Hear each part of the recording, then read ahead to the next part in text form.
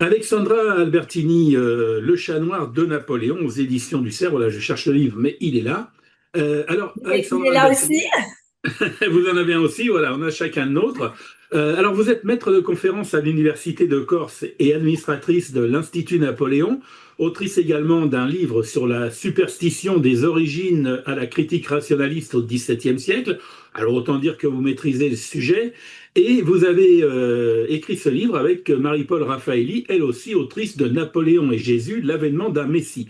Alors, un livre, alors on va parler de la préface tout de suite aussi parce que c'est un personnage important, Jacques-Olivier Oui. Boudon, professeur d'histoire, maître de conférence et spécialiste de la Révolution française et de l'Empire. Quand on parle de Napoléon, voire Bonaparte au premier abord, ce n'est pas la superstition qui vient à l'esprit, c'est plutôt le rationalisme et le pragmatisme d'un homme formé à la science. Comment vous est venue l'idée de vous pencher sur cet aspect de Napoléon? Alors, il y a une dizaine d'années, j'étais adjointe au maire de la ville de Corté pour la culture, le patrimoine historique et les relations avec l'université. Et il y avait un projet qui avait été monté, le projet Paoli-Napoléon, qui donnait lieu à une succession de séminaires. Et c'est mon collègue à qui nous avons dédié ce livre, Jean-Dominique Paul, qui est spécialiste du mythe de Napoléon en littérature, qui m'avait dit, tu veux pas faire une intervention sur la superstition de Napoléon? Et je lui dis, mais j'ai dit pourquoi pas, oui. Donc, on est avec la casquette d'adjointe et en même temps la casquette d'enseignant-chercheur à l'université. J'ai fait une petite présentation sur la superstition de Napoléon parce que justement, il n'y avait rien qui avait été fait depuis le livre de Georges Mauguin en 1946 qui faisait l'inventaire des anecdotes superstitieuses. Ça a plu, ça a été publié. J'ai continué de faire des recherches là-dessus, quelques conférences, quelques articles tout en continuant de travailler sur la superstition et les mécanismes dans la littérature critique classique. Et puis, je me suis dit, mais il y a de plus en plus de choses à voir, d'autant plus que j'ai lu la correspondance de Napoléon. Et j'ai proposé à Marie-Paul Raffaelli, qui avait été une de mes étudiantes et avait fait une brillante thèse sur Napoléon et Jésus, donc sur la sphère de la religion. Et elle avait publié son livre dont vous avez parlé au début de l'émission, pour lequel elle a eu 3 prix d'ailleurs, dont un prix qui s'appelait Georges Mauguin, coïncidence superstitieuse. Et je lui ai proposé d'écrire le livre avec moi pour qu'on envisage justement la superstition de Napoléon qui était ancrée dans la tradition corse à l'origine. Là, vous vous appuyez alors, sur les écrits de Mauguin, mais vous appuyez aussi sur d'abord les mémoires de Napoléon, à travers ses discours, à travers les mémoires de Sainte-Hélène, et puis aussi sur l'environnement. Là, vous évoquez effectivement les traditions corses, toute Tout l'enfance à de fait. l'empereur. Oui, il y a un conditionnement à l'origine avec les traditions corses, l'influence de sa mère, et puis ensuite le lien amoureux avec Joséphine, qui était elle-même très superstitieuse. Et petit à petit, il a construit une représentation de l'univers qui était superstitieuse, c'est-à-dire qui établit des rapports de cause à effet, de signe à effet, assez auto-centrés sur lui et sa carrière. Ça lui a permis de se rassurer suivant certaines époques.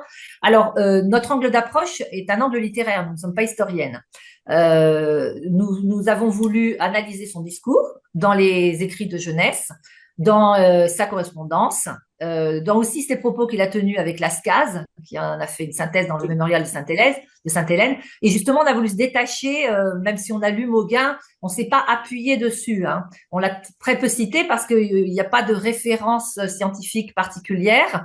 Et l'inventaire des superstitions n'était pas le but de notre livre. Le but, c'était de montrer le conflit avec la raison critique de Napoléon, son pragmatisme, qui est très connu, dont vous avez parlé, et quel profil ça permettait de détacher ce côté un peu insolite d'un personnage en mélangeant l'intime et le public. Et puis, il y a un autre aspect, enfin l'aspect, c'est, alors je crois que la mère de Napoléon était franc-maçonne. Alors, toute la famille était franc-maçonne, même Toute la Joséphine. famille, Oui, oui. oui. Oui, oui, toute la famille était maçonne autour de lui, donc on a fait un chapitre. Alors, c'est pas un chapitre sur la franc-maçonnerie de manière spécifique, c'est Mhm. pour montrer comment il a utilisé le symbolisme ésotérique de la franc-maçonnerie. Et son lien à la franc-maçonnerie est ambigu parce qu'on peut pas clairement dire s'il l'était ou pas. Il y a des tas d'analyses qui ont été faites sur la question, mais c'est piquant, hein, c'est intéressant. Mais en tout cas, il s'en est servi, puisque même son gouvernement était composé de beaucoup, beaucoup de francs-maçons. Et il l'a peut-être été à un moment, mais en tout cas, il a travaillé avec eux, mais il l'a pas été pendant longtemps, parce qu'à la fin de sa vie, il a écrit dans certaines lettres des choses négatives contre la franc-maçonnerie.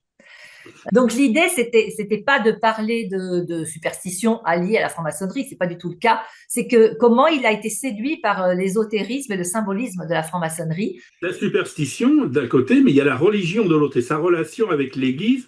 Le pape Pie VII, qui est même, on se souvient, dans le sacre, au moment du sacre, un peu Ah oui, relégué au rôle de figurant, tout à fait.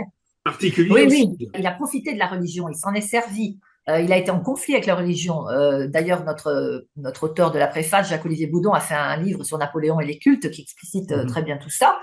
Et il est aux frontières de la superstition de la religion. La superstition est une dérive de la religion.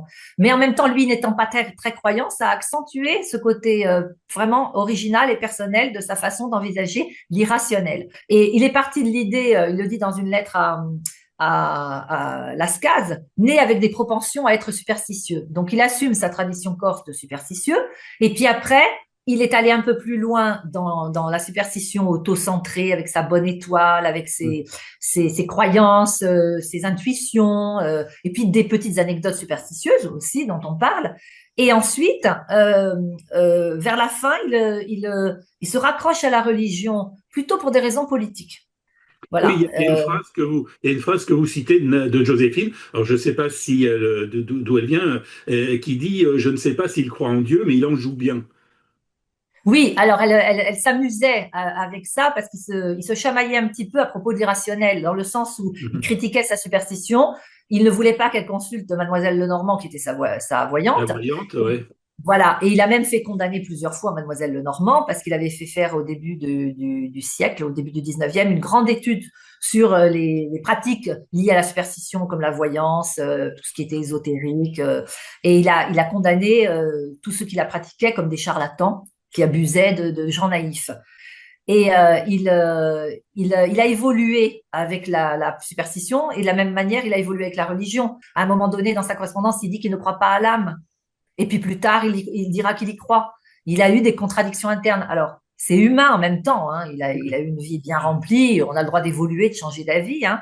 Mais ça prouve qu'il était en permanence torturé, travaillé par ça. On sent effectivement qu'il y a peut-être chez lui bon, une forme de narcissisme, certainement, d'égocentrisme aussi, mais à travers tout ça, il y a une sorte de ritualisation aussi d'un mécanisme des superstitions, parce que les Oui. superstitions, elles fonctionnent comme ça. Tout à fait, vous avez tout à fait raison. Il avait tendance à cadrer les choses. Il avait du mal, par exemple, à commencer certaines campagnes le vendredi, parce qu'en Corse, ça porte malheur le vendredi, puisque c'est la commémoration de la Passion du Christ. Mais en même temps, on a des exemples de campagnes qui ont quand même été commencées le vendredi. Mais s'il pouvait, il l'évitait.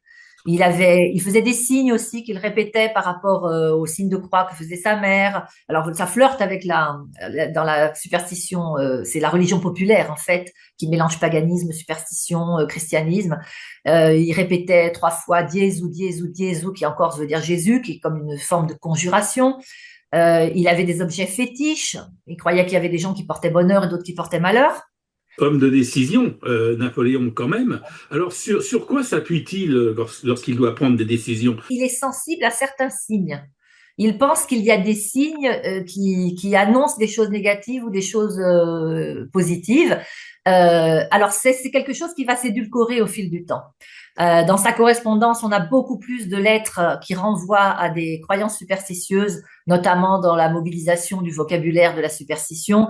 On a fait d'ailleurs un chapitre là-dessus, sur les lettres, comment il exprime sa pensée.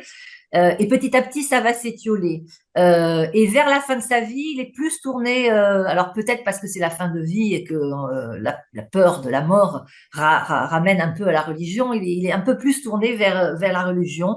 Il parle de sa religion natale, il avait dit à Lascaz, j'ai eu besoin de croire, j'ai cru. Alors, il y a quand même quelque chose de fabuleux, c'est qu'à 18 ans, il dit je me suis abandonné à mon étoile, croire au Oui, ciel. Alors, mais quel ciel? Parce que, comme c'est si ça. depuis la jeunesse, Il venait de traverser une période difficile, hein. Jeune adolescent, il est arrivé à l'école de Brienne, il était seul, il avait un accent, on se moquait de lui. Euh, Napoléon Poilonné, c'est ça. La poilonnée, le poilonnée, et puis la paillonnée. Et puis La paillonnier, ouais, voilà. il avait été triste.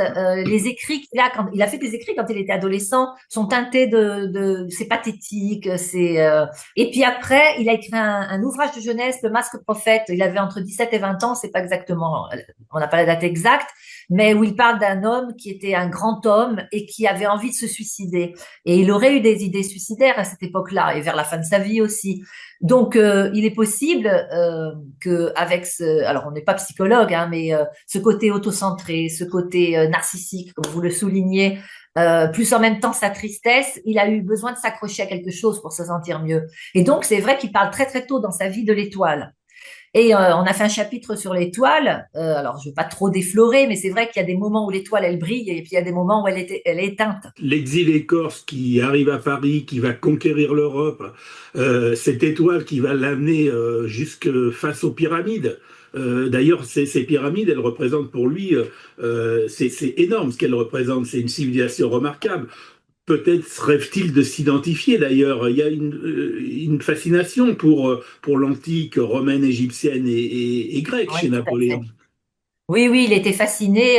Jacques-Olivier Boudon a écrit un livre sur la campagne d'Égypte où il montre justement cette fascination. Et elle était en concordance avec le rationalisme. C'est ça qui est paradoxal et c'est ça qu'on a voulu montrer dans notre livre, parce qu'il avait emmené dans ce voyage des tas de scientifiques, mathématiciens, chercheurs, biologistes, etc.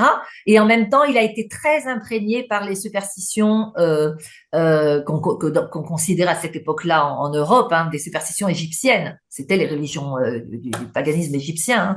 Et il a rapporté des tas d'idées. Il avait rapporté d'Égypte un scarabée en or qui était une sorte de fétiche. Et puis, il le gardait sur lui comme un porte-bonheur. Et il a fini par le donner à Metternich quand il a eu son propre fils, qui était son héritier. Il a dit que maintenant, son porte-bonheur, c'était son fils. En fait, est-ce que ces superstitions ont fait de lui le visionnaire qui rêvait d'un monde, alors là, lui, organisé, et même voire plutôt auto-centré, autour de, peut-être autour de lui ou autour de quelque chose de plus grand? Oui, oui, je crois que vous avez une bonne vue de l'ensemble. C'est comme il est autocentré, bah, le monde tourne autour de lui.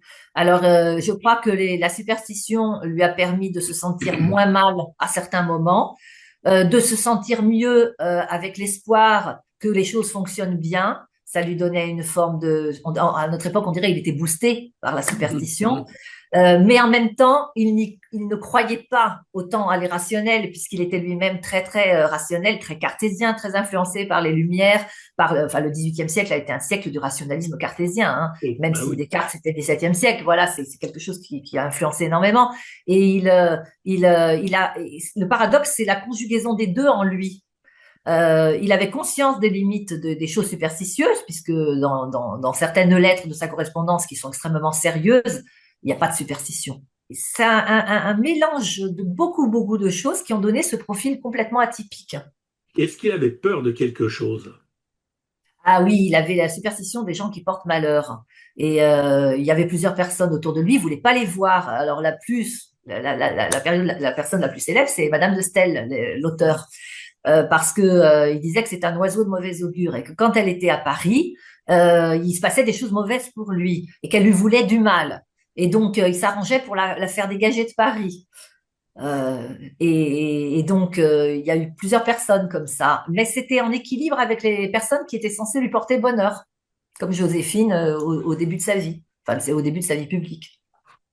Voilà, donc Napoléon, Le Chat Noir de Napoléon, L'Empereur et la superstition, c'est aux éditions du Cerf. Alors, et comme l'écrit d'ailleurs Jacques-Olivier Boudon dans la préface, c'est une enquête magistrale, l'histoire d'un homme qui n'a jamais cessé de croire en sa bonne étoile, mais qui s'est interrogé quand même durant toute sa vie sur les mystères de sa destinée. Signé Alexandra Albertini et Marie-Paul Raffaelli. Voilà, pour en savoir plus, je dirais, sur un côté peut-être méconnu de l'empereur. Donc ce livre aux éditions du Cerf que je vous recommande. Merci beaucoup en tout cas de nous avoir parlé de ce Napoléon qui ne passait peut-être pas sous les échelles. Merci beaucoup à vous pour cette invitation. Nous sommes très honorés avec Marie-Paul. Merci beaucoup et puis à très bientôt peut-être. Merci. Au Allez, revoir. au revoir.